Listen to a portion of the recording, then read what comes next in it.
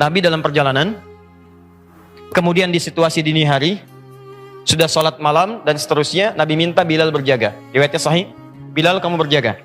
Kata Bilal, saya ikut tidur ya Rasulullah, nanti saya bangunkan semua.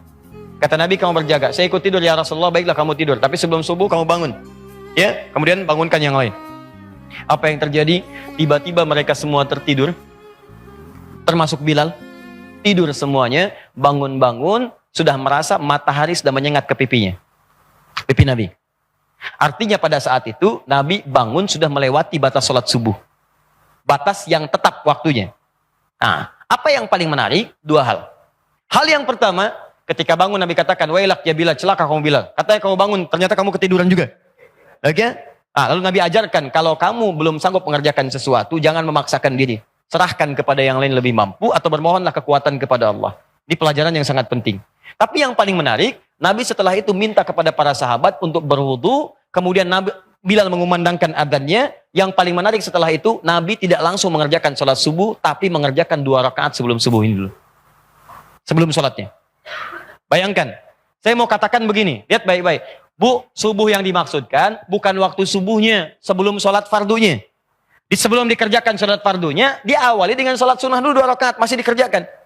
Nah, para ulama hadis mengatakan, kalau 2 rakaat ini tidak penting pada saat itu, mustahil dikerjakan.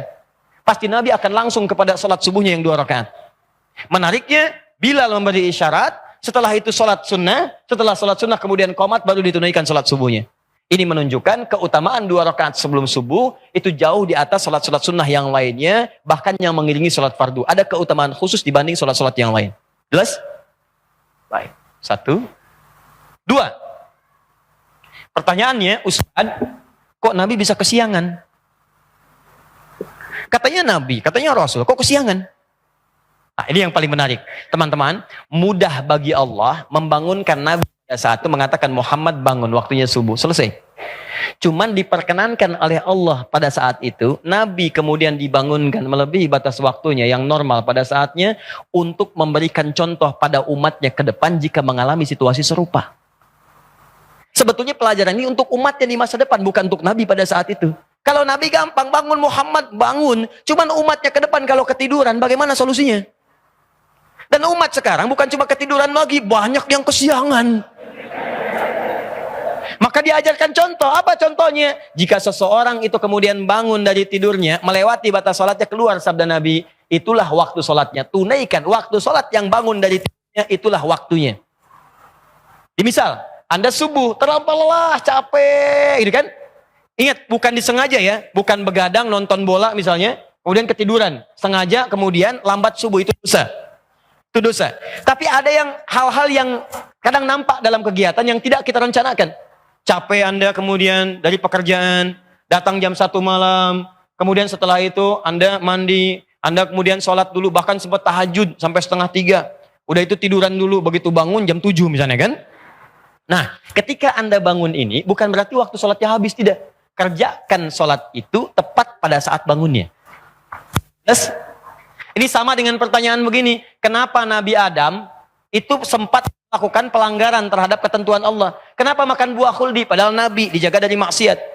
Nah, Nabi Adam itu diperkenankan oleh Allah makan buah khuldi, bukan karena nggak dijaga, untuk memberikan tuntunan tobat bagi anak cucunya yang bukan Nabi di kemudian hari.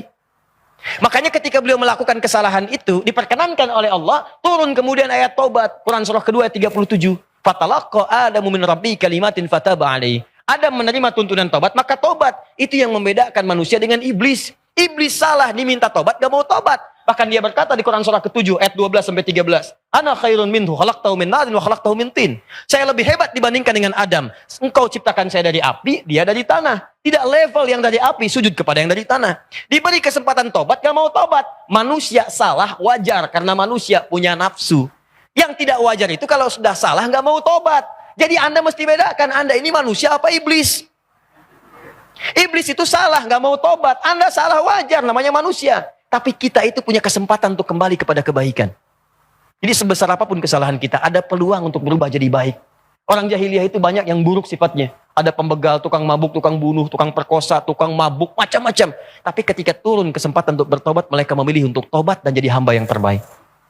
Sekarang kita sudah keluar dari zaman jahiliyah, jangan kembali lagi ke masa lalu. Paham sampai sini?